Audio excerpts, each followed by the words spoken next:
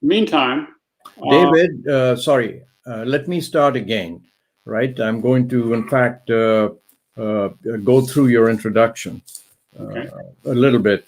I want to introduce Dr. David Denoon.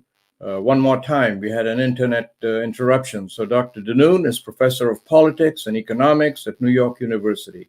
He's a member of the Council on Foreign Relations, the National Committee on U.S.-China Relations, the International Institute for Strategic Studies. He is at Columbia University Faculty Seminar on Southeast Asia's chairman.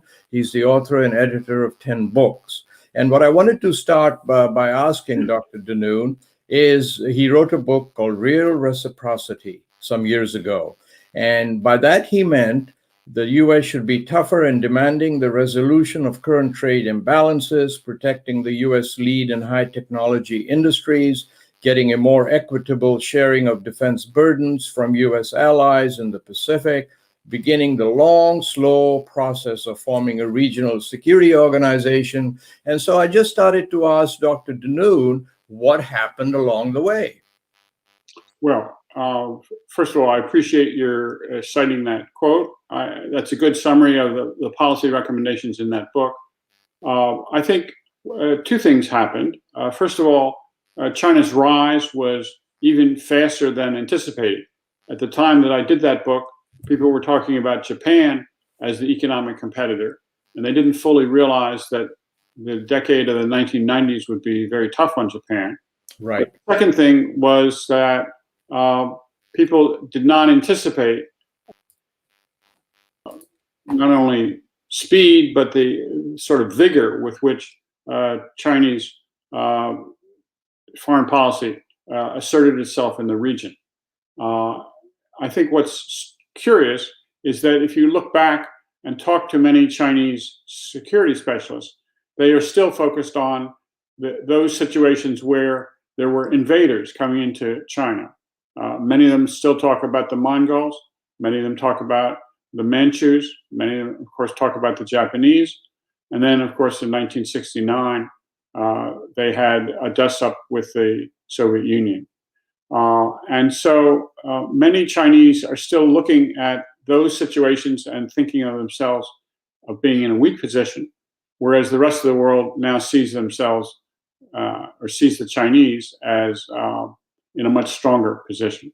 So we could go over each of those items, but what I was trying to do in that book was link economic policy with security policy and to show how the two were interrelated. So possibly in our discussion this morning, we can pursue that further. Well, it just sounds like such a prescient book, you know, and there are some geopolitical security questions I'd like to ask, but I'd like to throw in this question for you, and it has to do with Australia, because East Asia has all these countries, you know, which are so key in planning U.S. strategy for that region. And I pick on Australia because they're going through a real tough time with China right now, as China tightens the screws, tries to reduce trade, visits to Australia by its tourists. And it seems to me Australia behaves more like a transatlantic economy country, tying its security and so on to the U.S. Do you think that Australia can continue to do that? And I'm just trying to find a specific case here to amplify what you're about to say. Mm-hmm.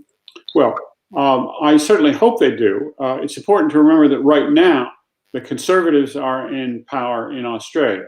And so the conservatives in Australia generally are more comfortable to link up with the U.S., to cooperate with the U.S.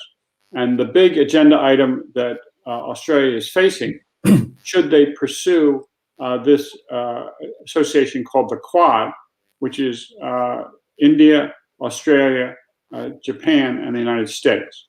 If they pursue that, then it could be the beginning of some kind of alliance relationship.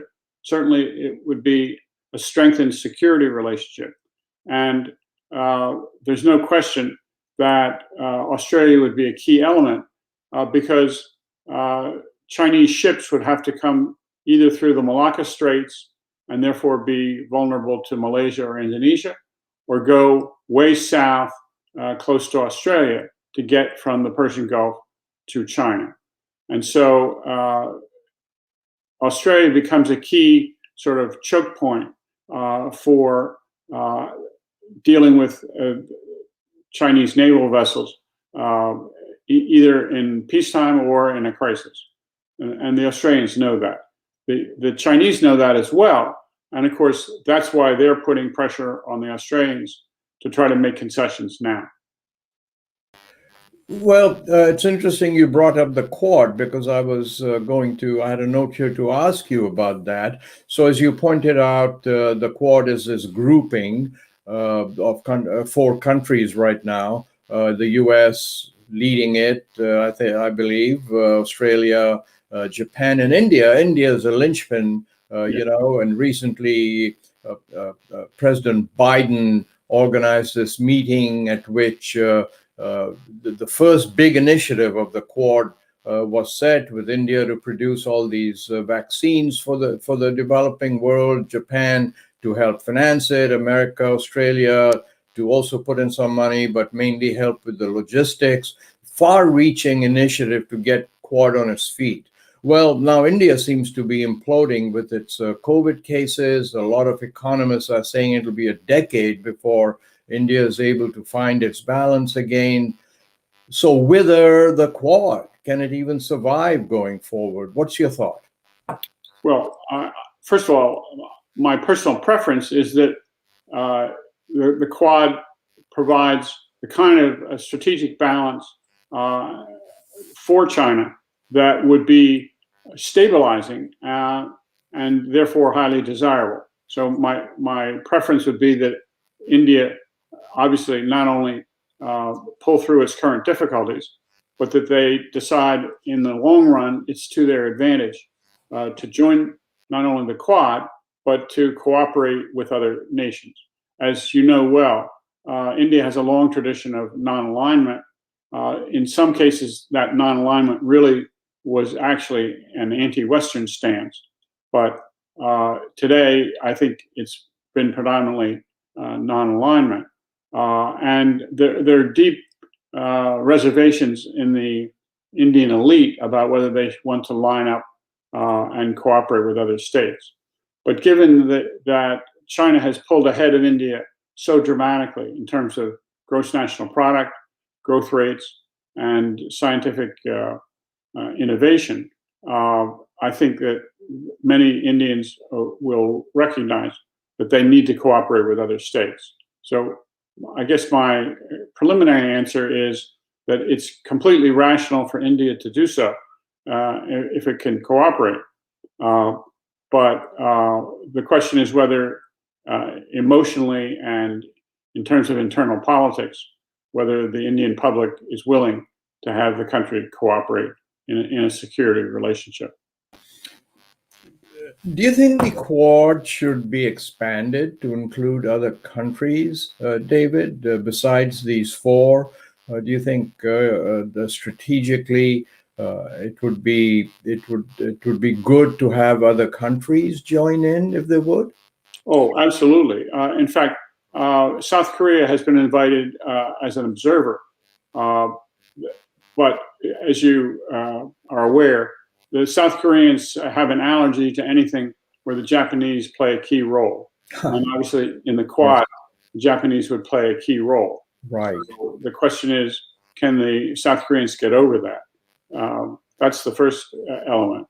But you would then start to ask which of the countries in Southeast Asia might ultimately join.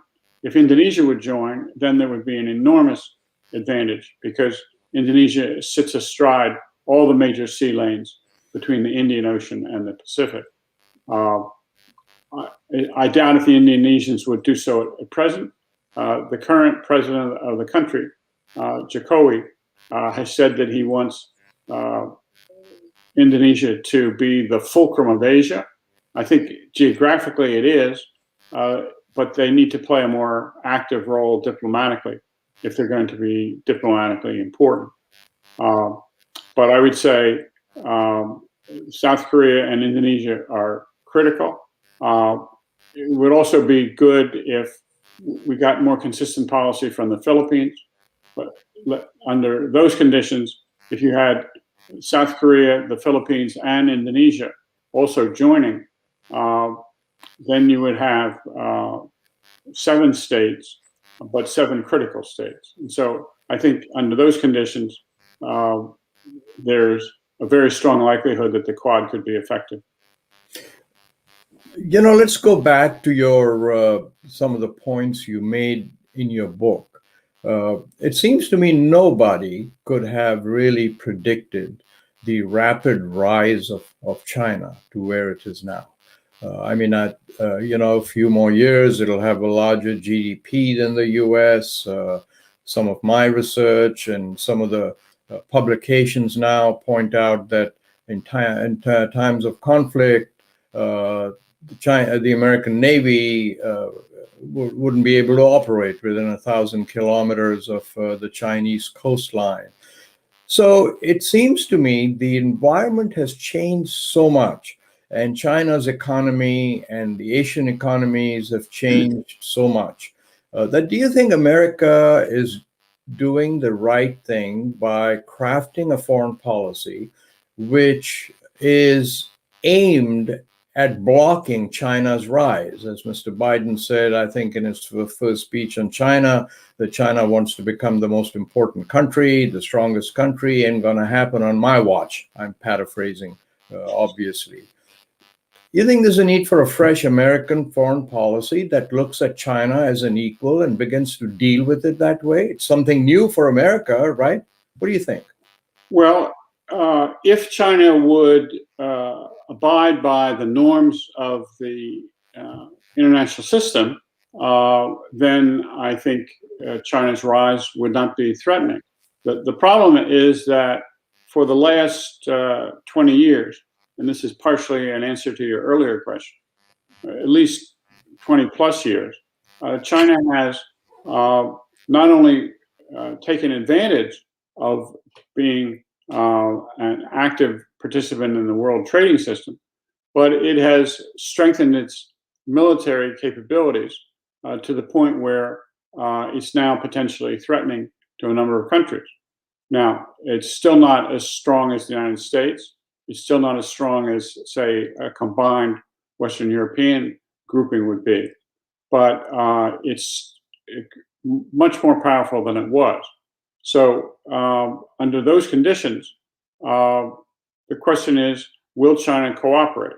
Now, you may be familiar with the speech that Robert Zoellick gave at the National Committee on U.S.-China Relations in 2005, where he talked about China becoming a, quote, responsible stakeholder, meaning that China would become an active participant in the Western institutions, World Bank, IMF, UN system, etc.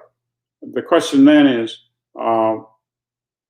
would they not only participate, but would they participate in a constructive way? The problem is that their participation has been very mixed. In some cases, it's been very proper. In other cases, they have been extremely dismissive of the international order. For example, if we talked about the East China Sea and the Senkaku Diaoyutai Islands, or we talked about the South China Sea and the Spratly Islands, we can see examples where China has taken a much more aggressive stance and not paid attention to international law. So I guess my answer is, if China was willing to abide by the international legal system, I think China's rise would not be threatening. But China's rise is threatening under the current circumstances. But how would you answer those Chinese officials who say, hey, listen, it's all well and good to say, as Mr. Zoellick did, that you need to fit in, you need to conform to the, as you described it, David, the Western order. China seems to say, hey, listen, we're about to become the most powerful, most wealthy country in the world. Whether they do or not, I don't know. But we'd like to influence this order. This was Western devised. And what if we want to take the leadership role and change it in some way to modify the Western order to the 21st century, accommodate Asia, accommodate China? Do you think that there is any the legs on which to stand for Asia and China in that approach to the norms and fitting in or not fitting in? Well, why don't we take the South China Sea and the Spratly Islands controversy as an example? Okay.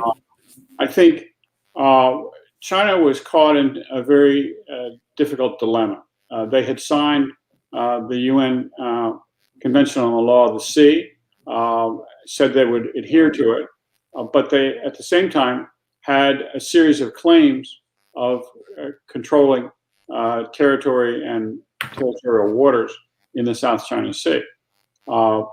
They went along for several decades making those claims, and people like you and me listened to those claims, and we noted what their position was, but they didn't take any action.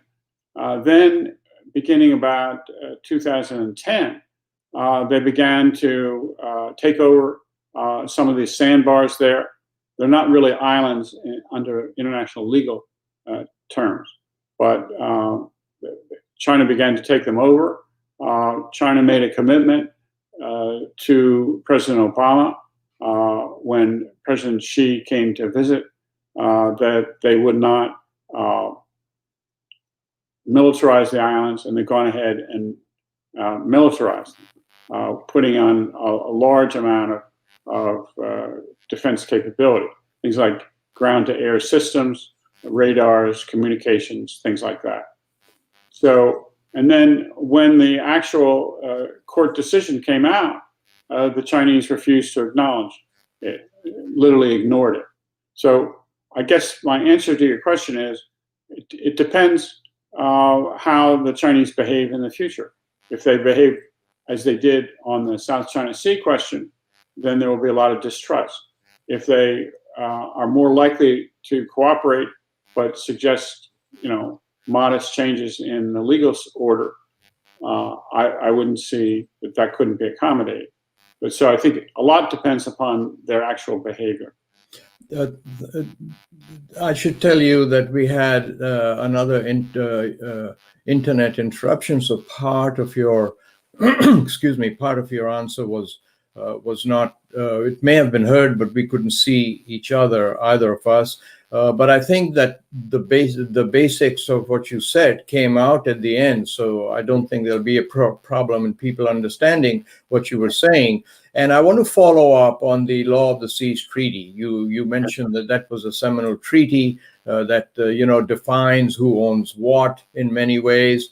But if it's such an important treaty, why hasn't the U.S. ratified it? I mean, it's the only major country that has not ratified it, and China always points that out. Okay, it's a strange situation. The U.S. has not ratified the treaty, but we abide by the terms. The Chinese have ratified the treaty, but don't abide by the terms. So it's a strange combination. The reason the U.S. hasn't is that many Americans, particularly politicians, think that if we did, the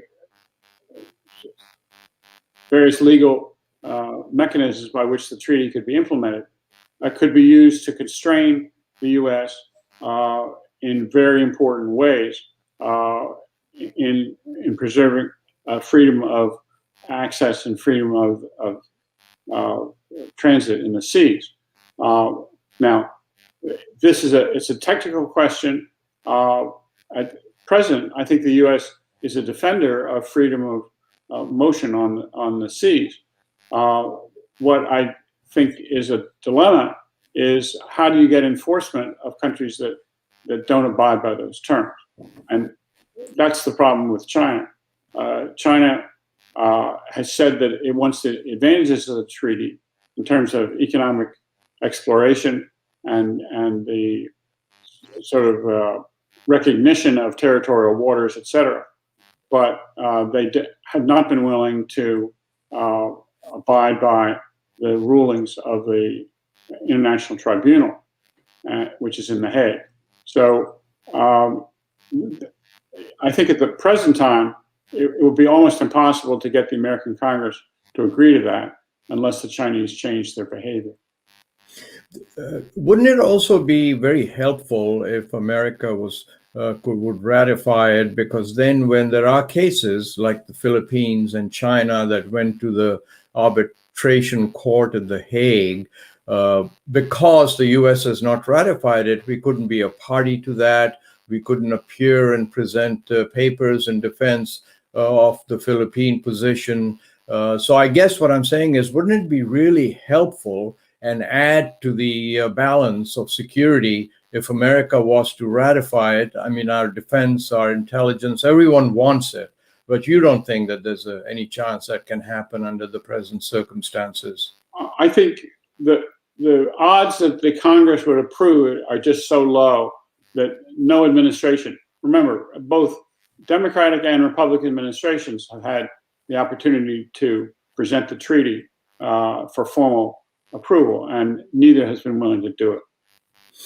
Okay, I'm going to switch, if I may, to Taiwan, another one of the East Asian countries that is in the news these days. So how do you view the present American policy towards towards Taiwan? Because Taiwan is heading, it's 25 million people, a wonderfully democratic country, heading further into that in that direction. Obviously, America's national interests support that. But China seems to have made it clear that if Taiwan ever heads towards independence, that it would not let that happen. So are you in favor of the policy America is following now? Would you like to see it recalibrated in some way? What are your thoughts on that, David? Well, I think the policy we have today has been remarkably successful over the last 40 years. And I think we should be very careful before we change it to make sure that we get something better. It's not clear to me that we can get something better, however, because on Taiwan, as you mentioned, there are roughly 23 million people, but only about 5 to 8% of them really want reunification with the mainland. So there is a large group on Taiwan that is happy with the current situation. And then there is a slightly smaller group who are willing to talk about closer relations with China, but still want to keep autonomy. But when 90% of the public doesn't want reunification, it's going to be very hard to get a democracy to go along with what the mainland wants. Now, what the Chinese have decided to do, and particularly in the last 2 years, is to increase their military pressure on Taiwan. They have been instituting overflights, invading the Taiwan's airspace, and also on the seas have been sending various flotillas also to sort of show that they have the ability to get inside Taiwan's legal waters. The problem with these visits is that all that others can do is essentially sort of emphasize freedom of the seas by countering the actions of the Chinese. If the Chinese escalate and were to actually go to using force, then I think the United States would have to use force to reply. I obviously hope it doesn't come to that, but the reason there's a standoff is basically political. It's political because 90-some% of the Taiwanese public does not want to have reunification with the mainland. Now, there's one party on Taiwan, the Kuomintang, which is more favorable to different kinds of cooperation with the mainland, but they are not sufficiently popular to even win a national election at the president. And when the last Kuomintang president was in, Ma Ying-jeou, he lost popularity when he tried to cooperate with the mainland. So I guess what I'm describing is essentially a stalemate. And basically, you're saying that the path that the U.S. is on is about the best that we can do. At the moment, yes. Now, if China continues to escalate its infringement of Taiwan's airspace and waters, then we're going to have a bigger problem. Right. Now, what's interesting is that the Europeans have decided to cooperate on this, as well as the Australians. So the British are sending their new aircraft carrier to the region to have its own freedom of operations exercises. And the Australians are willing to cooperate with Taiwan as well. So again, that's because there's a conservative government in Australia. If there were to be a liberal government, they might not take that position. So just like the Quad, the question is, how long will Australia take that position? But at the moment, you have the U.S., the British, and the Australians agreeing to do exercises there. And the French are talking about doing some as well. So all of that is an indication to China of a pretty strong resistance to what they're doing. So, Professor Denoon, as we head towards the closing segment of this program, I do want to get your thoughts on a statement that one of our guests made. And I happen to personally love this statement only because the audacity of it. And this is a high. So this person said, "Listen," he said, "here are two countries, America and China, daggers drawn. But do they really understand each other?" And so he said, when I'm asked the question that what do Americans not understand about China, he said that I believe America doesn't understand how capitalist China is, with 2/3 of its GDP now not in government hands, the largest trading nation, producing more billionaires than the United States. And he said, when I'm asked what do the Chinese not understand about America, I tell them how socialist America is. He said, I thought you'd get a laugh out of that. He said, America is a well-developed social security system. It has a safety net.